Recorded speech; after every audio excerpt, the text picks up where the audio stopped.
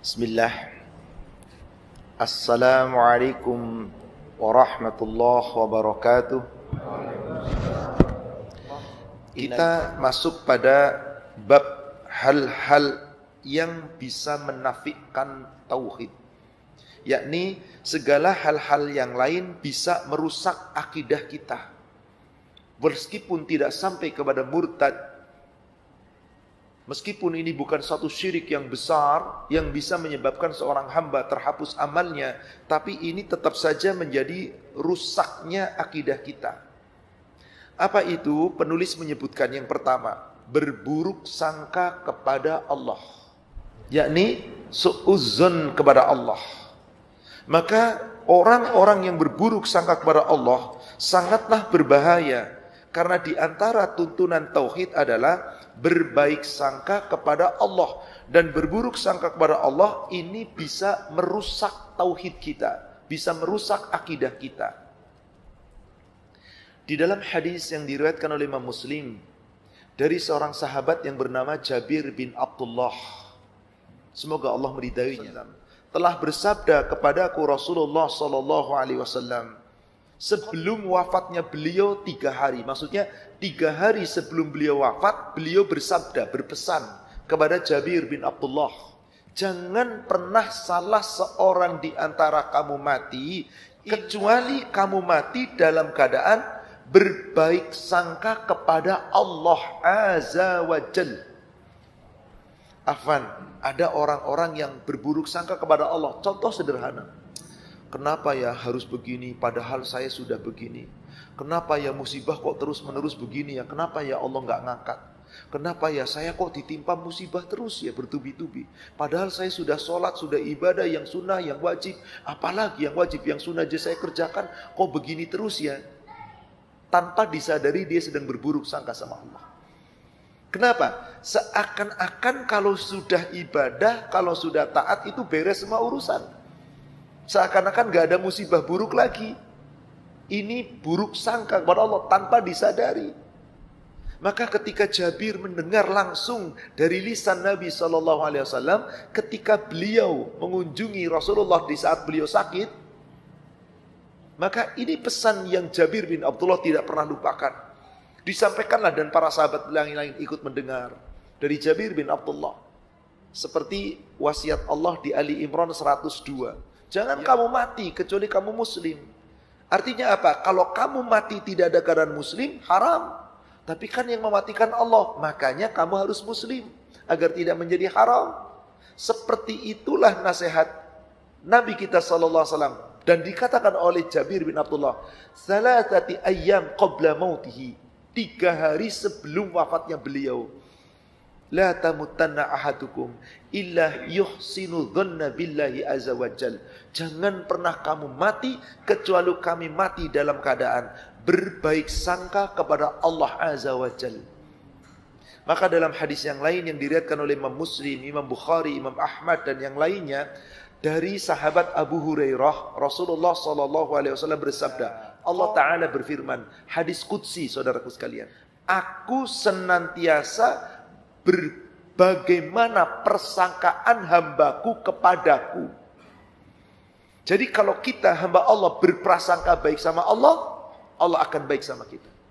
Tapi kalau kita berprasangka buruk sama Allah, Allah akan berbuat sebagaimana yang kamu persangkakan. Maka jangan pernah ada prasangka buruk, karena prasangka buruk ini termasuk ahzabal hadis, seburuk-buruk perkataan yang ada di dalam hati. Dan Allah Maha mengetahui, wallahu alimu bidzatis sudur. Allah mengetahui apa yang ada di dalam dada. Di dalam hadis yang lain yang diriwayatkan oleh Imam Ibnu Hibban dan Bukhari mengatakan hadis ini adalah muallaq dari sahabat Abu Hurairah. Rasulullah SAW bersabda, aku senantiasa akan bersama hambaku selama hambaku itu terus mengingatku. Lagi sedih, ingat Allah. Lagi senang, ingat Allah. Lagi sukses, ingat Allah. Lagi gagal, ingat Allah. Lagi sehat, lagi sakit, lagi kaya, lagi miskin, terus ingat Allah. Ana ma'abdi, aku selalu bersama hambaku. Madzakaroni, yang hambaku itu selalu ingat aku. Wa taharrakat bi syafata, dalam keadaan yang sulit dia senantiasa kedua bibirnya bergerak menyebut namaku. Banyak berzikir kepada Allah di kala keadaan apapun. Lagi lapang, lagi sempit, hambaku berzikir kepada Allah dalam keadaan sunyi sepi sendiri, aku akan selalu mengingatnya dalam keadaan itu. Hambaku zikir kepadaku, ingat kepadaku dalam keadaan ramai, aku akan lebih lagi ingat kepada hambaku dalam keadaan yang lebih ramai lagi. Hambaku mendekatku dengan berjalan, aku mendekat dengan berlari. Hambaku dengan mendekatkan diri kepadaku sehasta, aku mendekat dengan sedepak. Intinya Allah akan lebih cepat datang kepada kita jika kita tidak punya su'uzzon. Berhusnuzonlah kepada Allah Azza wa Jalla. Kemudian penulis di sini menyebutkan bagaimana sifat orang munafik ketika dia berburuk sangka kepada Allah.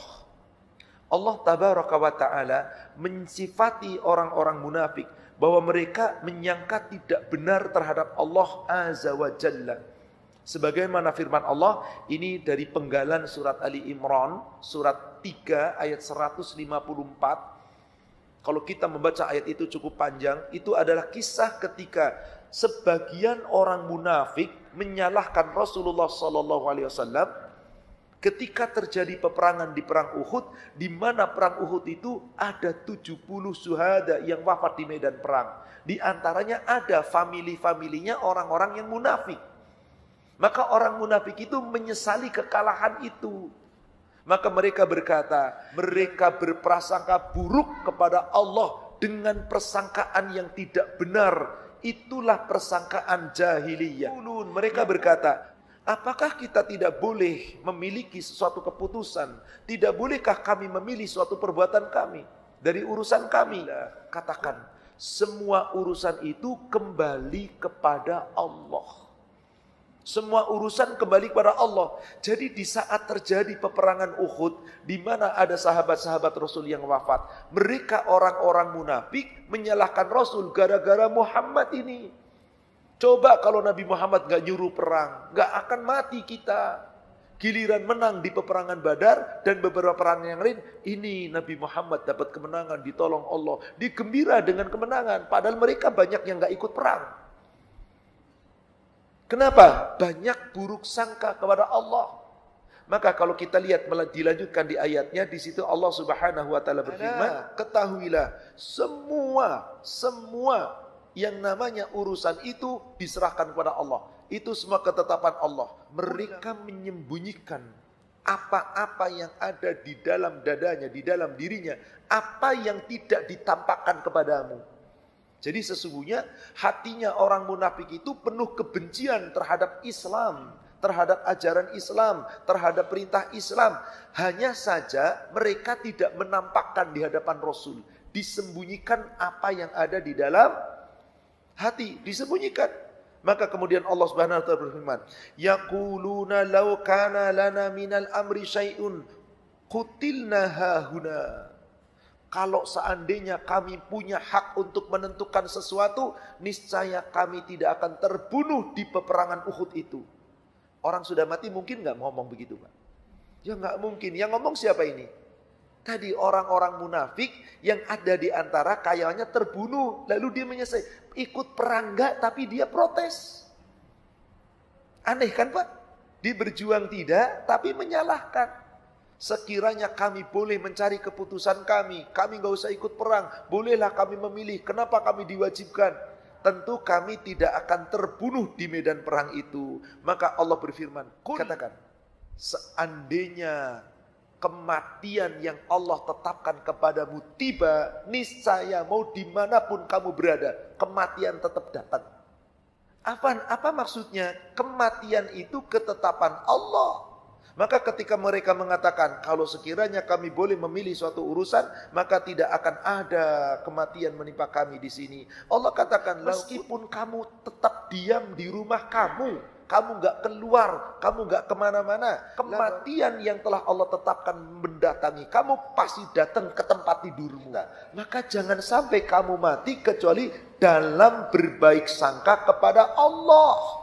Maka dimanapun kita berada, insya Allah husnul khotimah. Selama berbaik sangka. Karena kematian itu tidak harus di medan perang, tidak di rumah, di tempat tidur, di bangunan kokoh, dimanapun ini sudah menjadi ketetapan Allah. Maka dikatakan di sini, Allah menerangkan itu supaya apa? Allah berbuat demikian untuk menguji apa yang ada di dalam dadamu, dan Allah membersihkan apa yang ada di dalam hatimu. Wallahu alimun bidzati sudur. Wallahu alimun bidzati sudur. Allah tahu isi hati kita, Allah tahu yang ada di dalam dada kita. Saudaraku sekalian, ketika ayat ini turun, Allah pun kemudian turunkan ayat lain yang semakna di surat An-Nisa. Karena orang-orang munafik itu selalu menyalahkan Nabi SAW ketika Nabi di dalam peperangan ditimpa kekulangan, ditimpa kekalahan, ditimpa kesulitan. Maka orang-orang munafik itu tidak pernah memahami ketetapan Allah. Dia bersuuzon kepada Allah di saat ada penderitaan, tapi dia berhusnuzon kepada Allah di saat dapat nikmat. Surat An-Nisa ayat 78. Allah berfirman, dimanapun kamu berada, jika Allah sudah takdirkan kematianmu, kematianmu akan tiba, akan datang meskipun kamu sembunyi di suatu benteng, bangunan yang tinggi, yang kokoh. Bahkan kalau kita merujuk kepada hadis riwayat Imam Muslim dari sahabat Muawiyah bin Hakam, Rasulullah SAW bersabda, jika Allah menghendaki akan memberikan suatu kebaikan kepada hamba, hamba itu terkadang bukan dikasih dunia dan seisinya, tapi Allah berikan hamba itu yufaqihu fiddin, pemahaman dalam agama, sehingga menjalankannya. Kalau kita merujuk kepada hadis yang lain, malah hadis ini tambah aneh, Pak, menurut kebanyakan manusia. Coba Bapak Ibu saya tanya, ketika seseorang namanya Fulan ditimpa musibah bertubi-tubi, gagal, sakit, bangkrut, ini, itu, dan seterusnya. Kira-kira ini orang lagi disayang atau lagi dibenci oleh Allah? Hadis yang diriwayatkan oleh Imam At-Tirmidzi dan Imam An-Nasa'i dari Anas bin Malik, Rasulullah SAW bersabda, siapa yang Allah menghendaki kepada seorang hamba diberi kebaikan, hamba itu ditimpakan musibah keburukan. Sakit, penderitaan, kesulitan. Itu dikehendaki oleh Allah kebaikan. Apa tujuannya? Dalam riwayat yang lain yang sama dari Anas bin Malik dikatakan, jika seorang hamba dikehendaki oleh Allah diberi kebaikan, ditimpa musibah buruk itu tujuannya adalah Allah menyegerakan siksanya di dunia biar gak disiksa di akhirat. Maka orang yang paham ini ketetapan Allah kira-kira husnuzon atau suuzon? Maka para sahabat tertimpa musibah seberat apapun, ucapannya alhamdulillah ala kulli hal. Segala puji bagi Allah atas semua keadaan yang menimpaku. Inna lillahi wa inna ilaihi rajiun. Kami milik Allah, kami akan kembali kepada Allah. Ucapan pertama alhamdulillah. Maaf, banyak orang gak sadar loh Pak. Suuzon kepada Allah itu gak sadar. Kenapa? Dia sesungguhnya tidak menerima ketetapan Allah, hanya senang dengan kenikmatan.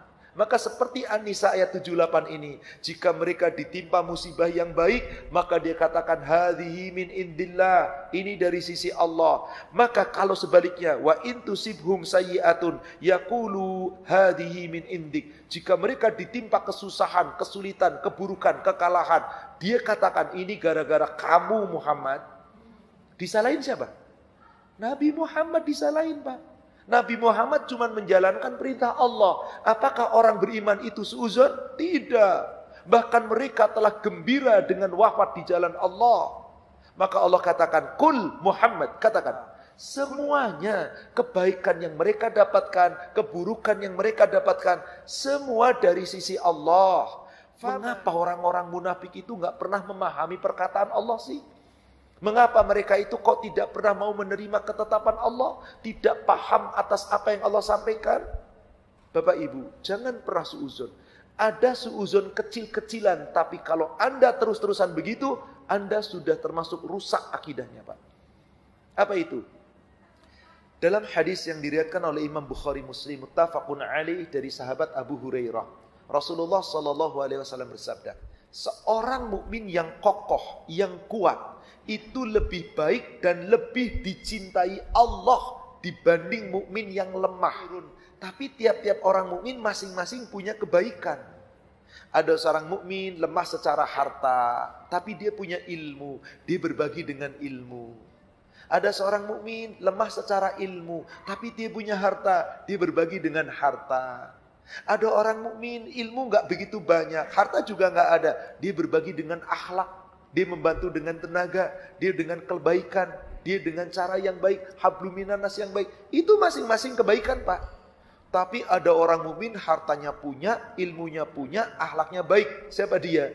Rasulullah, sahabat Abu Bakar, sahabat Umar bin Khattab, sahabat Utsman bin Affan. Itu memiliki segalanya, tapi kita nggak bisa memilih seperti itu.